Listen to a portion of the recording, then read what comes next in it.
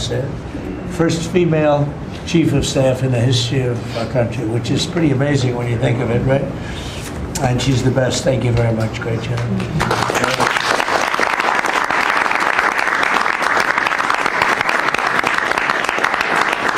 So after that, do you want to ask any questions? Mr. President, there's been a lot of speculation about who the next Fed chairman could possibly be. You said you have somebody in mind. How many names were you given on the final list? And does that person currently work on the board of Federal Reserve? Well, I'd say that we probably looked at 10. Then Scott interviewed some people that I didn't know, but he knew. And a lot of people were involved in the process, actually, and Howard was involved. But I think we probably looked at 10, and we have it down to 1. Can you answer this? I want to ask you about Elon Musk, if I could. You talked about Elon Musk. You had him in dinner here in the White House. Is he now back in your circle of friends? Well, I really don't know. I mean, I like Elon a lot. He was he really helped during the election with his endorsement. He felt strongly. Look, we had one problem. You know, I didn't want to have everybody have to have an electric car, and he makes electric cars. And yeah, I think we get along well. No, on affordability. Mr. President, thank you. Yeah, one more. Yeah, when you talk about affordability, is going forward, are the American people, do you believe, getting impatient with the reforms that you're making? They've talked about I think they're getting fake news from guys like you. Look, affordability is a hoax that was started by Democrats who caused the problem of pricing, and they didn't end it. Look, they lost in a landslide. We won every swing state. We won the popular vote. We won everything. You take a look at districts. It was 2,750 to 525. Because that was an affordability problem. We brought it down. Look at energy. Look at the gasoline price. It's like the simplest, and it's the biggest.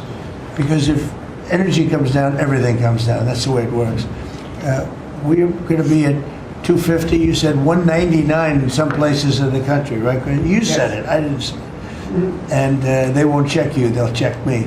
So I'd like to use your number. 199 a gallon. Unthinkable if you go back a year and a half ago. It's unthinkable. So now we're bringing the prices down, way down. Beef is coming down now. We've done certain magic and beef is coming down. But we inherited horrible prices. We inherited really the worst inflation in history. We inherited that. When I came in, that's what he had. And we fixed inflation. And we fixed almost everything, if you want to know the truth, including 8 wars. We got 1 to go, but including 8 wars. But when they always say, I watched today where they have a race going on right now in Tennessee, and this woman goes, affordability, affordability. They're the ones that caused the problem. The prices were way high. We're bringing the prices down. But they're like scam artists. They're I call them con men and women. They come out, they say affordability, like, oh, I see price. We're going to get prices down still further. But we brought them down from the prices they cost. The reason that they had the highest inflation in the history of our country is because they had the highest prices.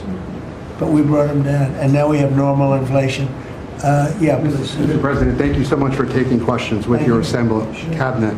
I wanted to clarify something that you had said on Sunday regarding the boat strikes near Venezuela. You had said that you didn't know if the second strike on that one boat had happened, but you wouldn't have wanted it. Now that your administration has acknowledged that it happened, do you support that second strike? And Mr. Secretary, I wanted to clarify something you had said in an interview back in September, I believe on Fox News. You said that you would watch that strike live on television.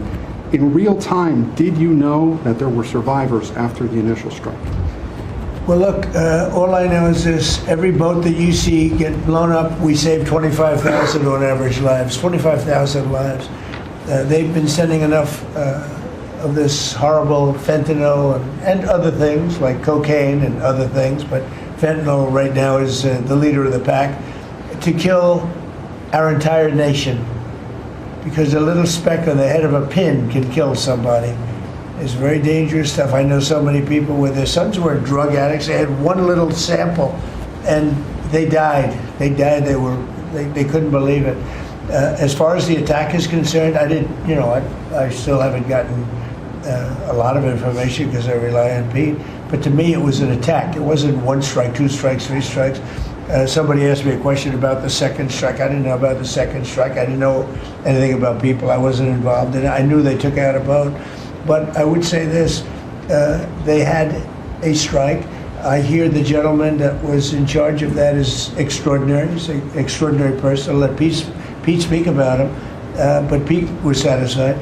Pete didn't know about second attack having to do with two people.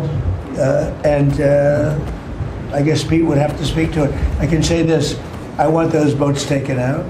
And if we have to, we'll attack on land also, just like we attack on sea. And there's very little coming in by sea. I think we've knocked out over 90% of it. There's very little, and I understand that. There's very little. We're saving hundreds of thousands of lives with those pinpoint attacks. It's an amazing thing when you see a boat going along, and a lot of the press would like to say they're not. You see the boat, they're not maybe drugs. You see these boats. First of all, who has 5 engines on the back of a boat going in weird directions and loaded up with lots of white containers? They're bags of things. No, they've done an amazing job, and Pete has done an amazing job. Pete, you could probably better answer the question. No, you're spot on, sir. I think you got to start with the baseline, which Marco laid out, everybody's laid out. We've got 20 million people invading our country over 4 years. We don't know where they're coming from. That includes Tren de Aragua and cartels and violent criminals. They bring drugs, and you mentioned it, Mr. President, poisoning, an intentional poisoning of the American people, killing hundreds of thousands of Americans. So the president had the courage to designate these cartels as designated terrorist organizations. Now, a number of us here served in the military and spent 20 years fighting terrorists like Al-Qaeda and ISIS on the other side of the world. How do you treat Al-Qaeda and ISIS? Do you arrest them and treat them, pat them on the head and say, don't do that again? Or do you end the problem directly by taking a lethal, kinetic approach? And that's the way President Trump has authorized the War Department to look at these cartels. And I wish everybody could be in the room watching our professionals like Mitch Bradley, Admiral Mitch Bradley, and others at JSOC and SOCOM and other commanders. The deliberative process, the detail, the rigorous, the intel, the legal, the evidence-based way that we're able to, with sources and methods that we can't reveal here, make sure that every one of those drug boats is tied to a designated terrorist organization. We know who's on it, what they're doing, what they're carrying. All these white bales are not Christmas gifts from Santa. This is drugs running on 4-motor fast boats or submarines that we've also struck. No one's fishing on a submarine.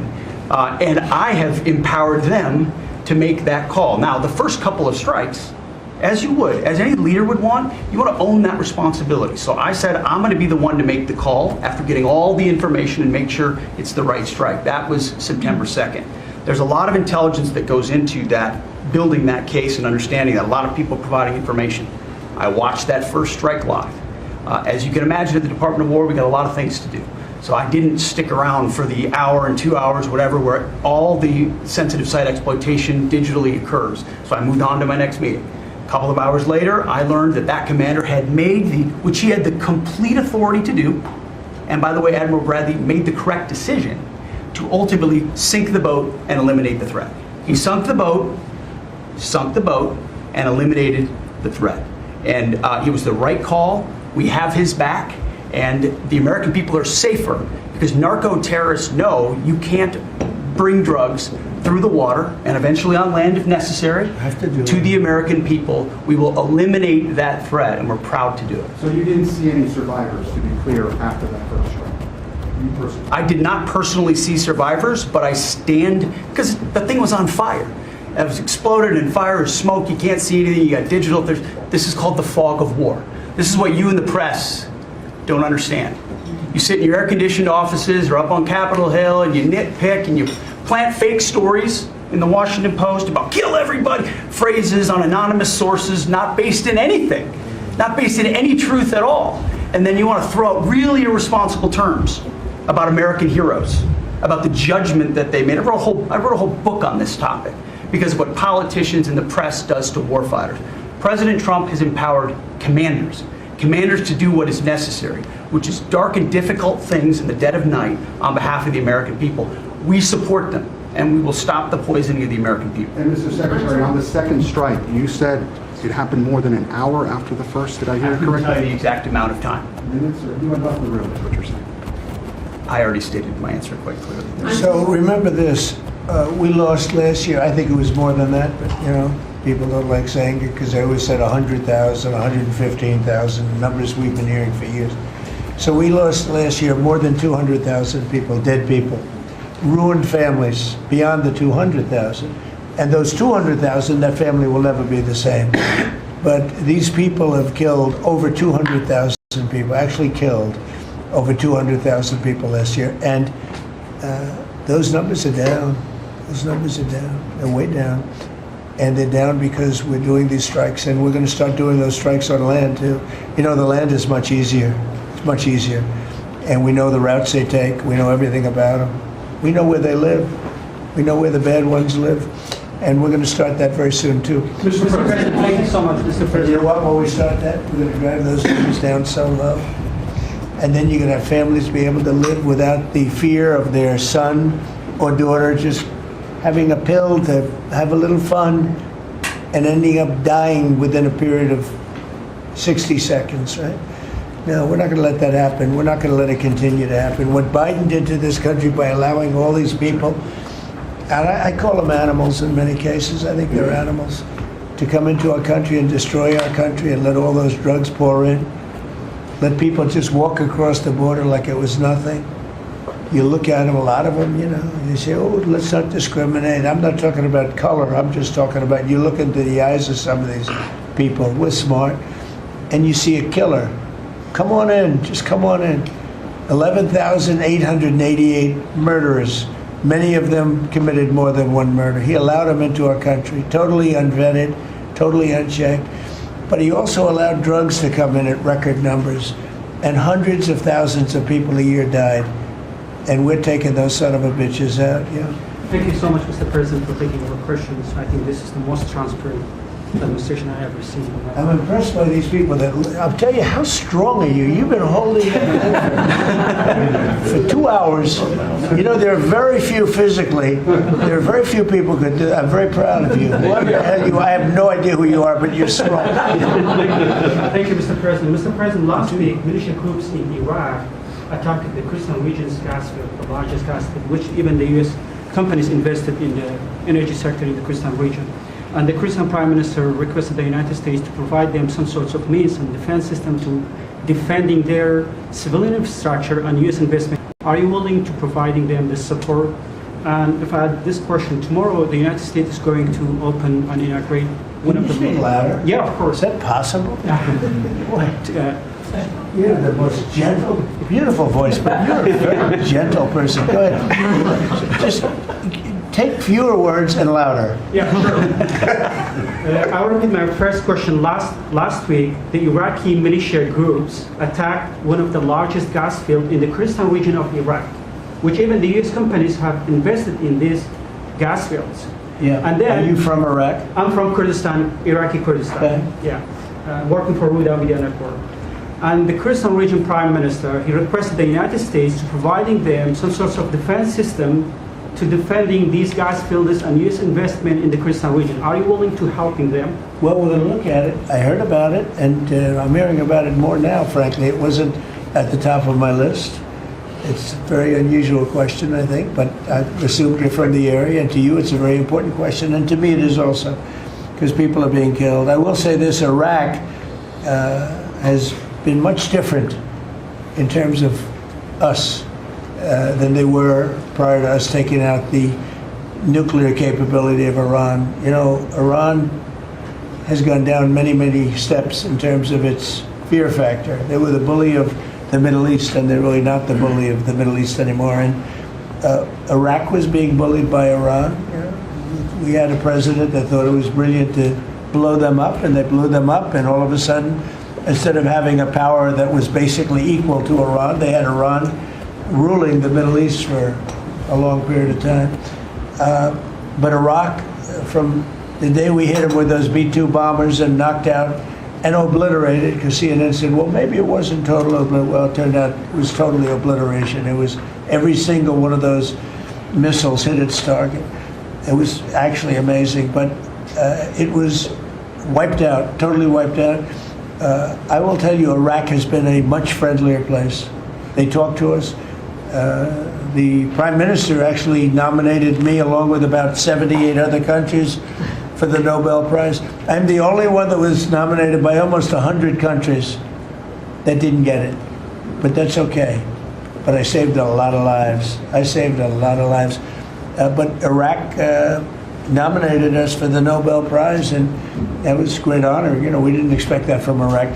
Iraq has been a much different place since the taking out of Iran the nuclear capability. Yeah, let's get to another question. Here we go. This guy's a beauty. Go ahead. Secretary Rubio mentioned your meetings ongoing in Russia today. Do you have any update from Mr. Witkoff and Mr. Kushner? No, because I've been spending too much time with you. I mean, we're spending a lot of time in here. We wanted to do this you talk about being open and transparent. This has to be the most transparent administration in history. We spent a lot of time answering your questions and giving you a lot of good, good results. I mean, I think everybody here gave you good results. But no, I don't. I will have after I leave here.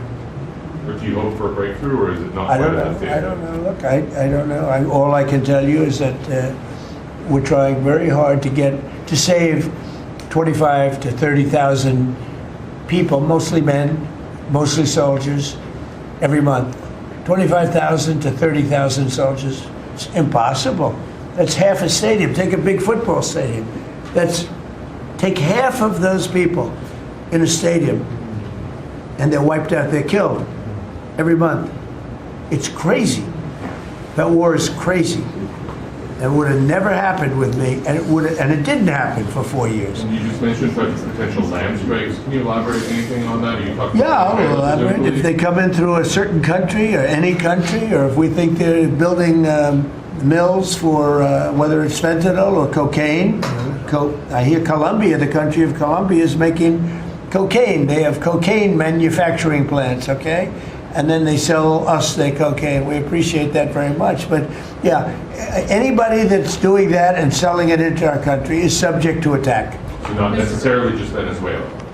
No, not just Venezuela, no. Venezuela's been very bad. Venezuela's been really bad in something else, probably worse than most, but a lot of other people do it too. They would send murderers into our country. They would empty their jails into our country. They sent people into our country that we don't want. They sent their drug dealers and their drug people into our country. They sent people from their mental institutions into our country, and we're getting them out. That was bad. That was real bad. And they also sent drugs. Yeah. On Tim Walz, Mr. President, do you think he should resign over the fraud scandal in his state? And who should? Tim Walz, over the fraud scandal in his state. Look, I think the man's a grossly incompetent man. I thought that from the day I watched J.D. destroy him in the debate. I was saying, who was more incompetent, that man or my man?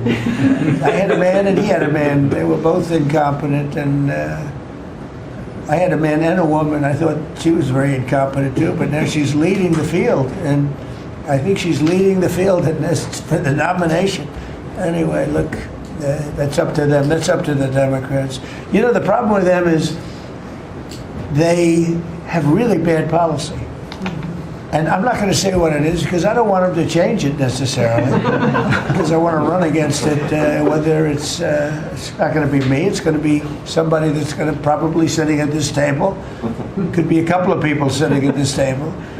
Could be a couple of people running together sitting at this table, But I want them to win because we've done a great job for this country, and I want that to be carried forward.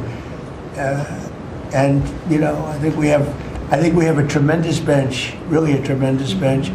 But no, I think that Walz is a grossly incompetent man. There's something wrong with him. Okay, there's something wrong with him.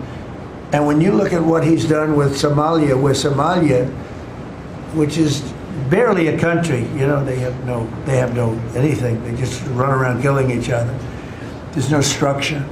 And when I see somebody like Ilhan Omar, who I don't know at all, But I always watch her for years. I've watched her complain about our Constitution, how she's being treated badly. Our Constitution, the United States of America, is a bad place. Hates everybody, hates Jewish people, hates everybody. And I think she's an incompetent person. She's a real terrible person. But when I watch what is happening in Minnesota, the land of 1,000 lakes, or however many lakes they have, they got a lot of lakes, but this beautiful place, and I see these people ripping it off, and now I'm understanding, and you're going to look at that's good. I hear they ripped off Somalians, ripped off that state for billions of dollars, billions, every year, billions of dollars, and they contribute nothing. The welfare is like 88%. They contribute nothing. I don't want them in our country, I'll be honest with you, okay? Somebody would say, oh, that's not politically correct. I don't care. I don't want them in our country. Their country is no good for a reason. Their country stinks, and we don't want them in our country. I could say that about other countries, too. I can say it about other countries, too. We don't want them to hell. We have to rebuild our country. You know, our country's at a tipping point. We could go bad. We're at a tipping point. I don't know if people mind me saying that, but I'm saying it. We could go one way or the other, and we're going to go the wrong way if we keep taking in garbage into our country. Ilhan Omar is garbage. She's garbage. Her friends are garbage. These aren't people that work. These aren't people that say, let's go, come on, let's make this place great. These are people that do nothing but complain. They complain. And from where they came from, they got nothing.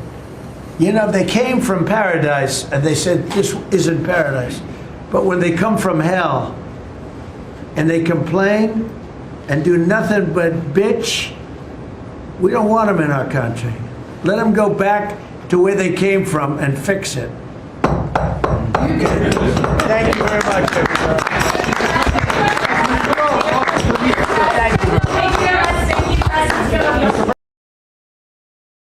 Speculation about who the next Fed chairman could possibly be. You said you have somebody in mind. How many names were you given on the final list?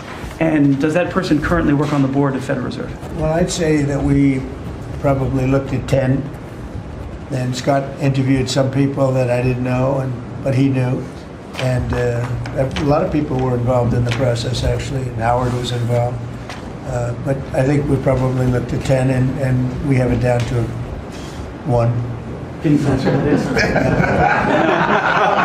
want to ask you about Elon Musk, if I could. You talked about Elon Musk. You had him in dinner here in the White House. Is he now back in your circle of friends?